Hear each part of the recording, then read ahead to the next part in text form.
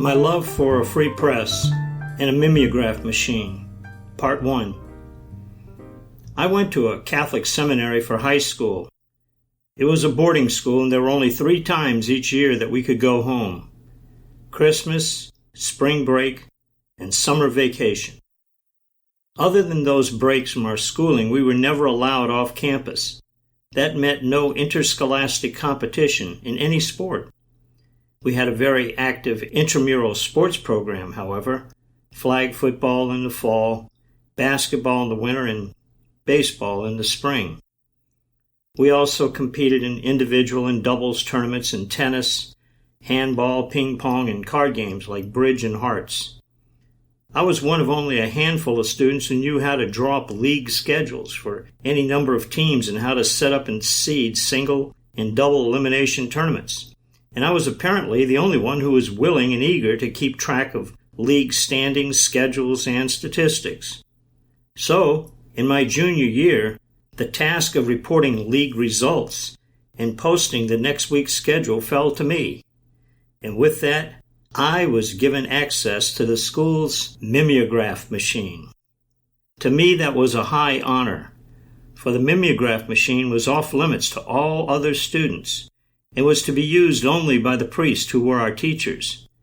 At the start of my senior year at St. Ben, I wanted to do more than I had done as a junior. Instead of simply printing up and posting the league standings and schedule for the next week's games in about a dozen locations around campus, I decided to provide a short sports write-up for each and every contest. That included the score by quarters and all the stats you might find in sports articles in any newspaper.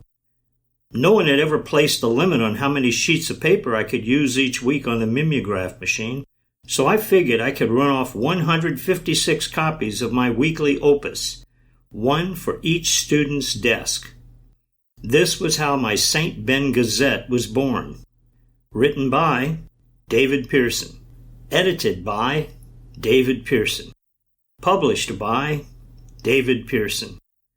Then I quickly added a humorous column, which was written by none other than David Pearson. Nobody in the school administration seemed to mind, so my weekly St. Ben Gazette swelled from 4 to 5 and then 6 pages. Soon it occurred to me that my weekly newspaper lacked something I had seen in almost every other newspaper: an editorial. Now, our school had an extremely restrictive policy regarding rock and roll music.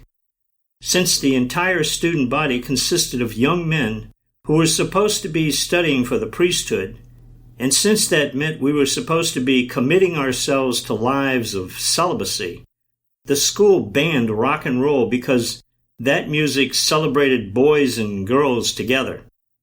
To make it appear this ban was supported by the student body, the rector appointed a student committee, the St. Cecilia's Guild, which was charged with approving which songs and records could be played on campus. St. Cecilia is the patron saint of music. It was 1965, the year that, in my opinion, the music of the 60s hit its zenith. You had recording artists like the Beatles, Bob Dylan, the Beach Boys, the Supremes, Martha and the Vandellas, Marvin Gaye, Johnny Rivers, the Temptations, and the Four Tops.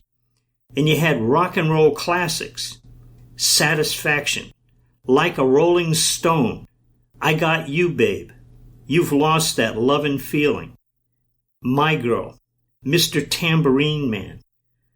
But while the times were changing everywhere in the country, while the whole nation was bursting out in song, here I was trapped in probably the only place in America where all you could listen to were show tunes, Johann Sebastian Bach, and the Ventures. We were allowed the Ventures because there were no words in their rock and roll music, and it was lyrics the St. Cecilia's Guild found to be offensive. Then I heard Barry Maguire's Eve of Destruction, and my head exploded. Music, I realized, could be about more than girls and love.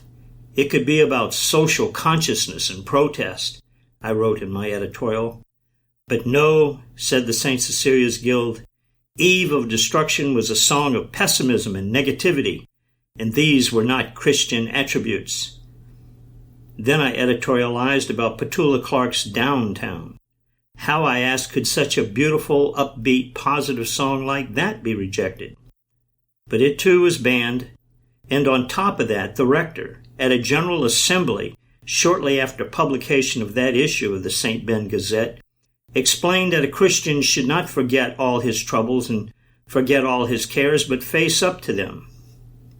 I wrote yet another editorial attacking school censorship. Using the song Turn, Turn, Turn by the Byrds, I wrote, "You can't possibly reject this one. The words come right out of the Bible, right out of the book of Ecclesiastes." I won a Pyrrhic victory this time. The St. Cecilia's Guild approved the song but rejected the B-side, which meant the record could not remain on campus. Shortly after that editorial, I was visited by my pastor, who said the rector had informed him that I would not be allowed to return to the seminary for junior college.